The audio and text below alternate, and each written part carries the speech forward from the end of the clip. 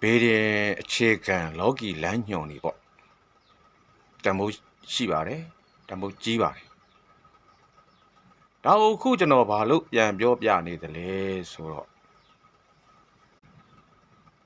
ဘေးရင်အခြေခံလောကီလမ်းညွန်နေပေါ့တန်ဖိုးရှိပါတယ်တန်ဖိုးကြီးပါတယ်ဒါကိုခုကျွန်တော်ဘာလို့ပြန်ပြောပြနေသလဲဆိုတော့ဘာလို့ပြန်ပြောပြနေလဲဆိုတော့ဒါဆရာတော်ရဲ့ကျေးဇူးကိုမမေ့သောအားဖြင့်ဆရာတော်ရဲ့ကျေးဇူးကိုတုံ့ပြန်သောအားဖြင့်ဖြစ်တယ်လို့လူတိုင်းဟာလောကီနဲ့တင်းလို့မရအောင်ဒါလေးပဲဖြစ်ဖြစ်လောကလမ်းပေါ်ကိုရှောက်လန်းတဲ့ခါမှာလမ်းညွန်လိုအပ်တယ်အဲ့ဒီလိုအပ်တဲ့လမ်းညွန်တွေဟာဆရာတော်ဥပ္ပါဒသင်ကြားပေးလိုက်တဲ့လောကီပညာအခြေခံတွေပေါ့လေဒါတွေလည်းပါတယ်အရင်ပိုင်းမှာပြောခဲ့တယ်လို့ပဲလောကုတ္တရာဆိုလို့ရှိရင်လည်းတိတ်အစစ်မြင့်ကြီးမဟုတ်မဲ့အခြေခံတွေပေါ့အခြေခံတွေကအားတွေလေကျွန်တော်တန်းချောင်းမှာကတော့ဟုတ်လားကာကြီးခါဝေကားငယ်ကာကြီးငါဒီလိုတင်ရတယ်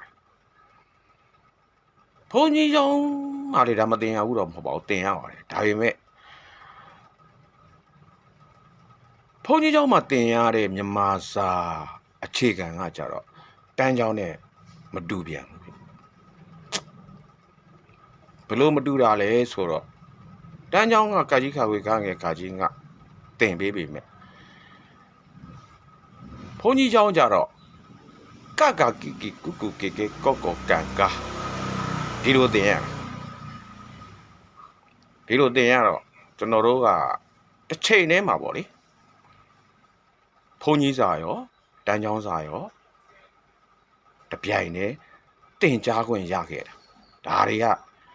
ကိုပဲကျွန်တော်ကျေးဇူးကြီးမားတယ်လို့ပြောတာပါဒီလို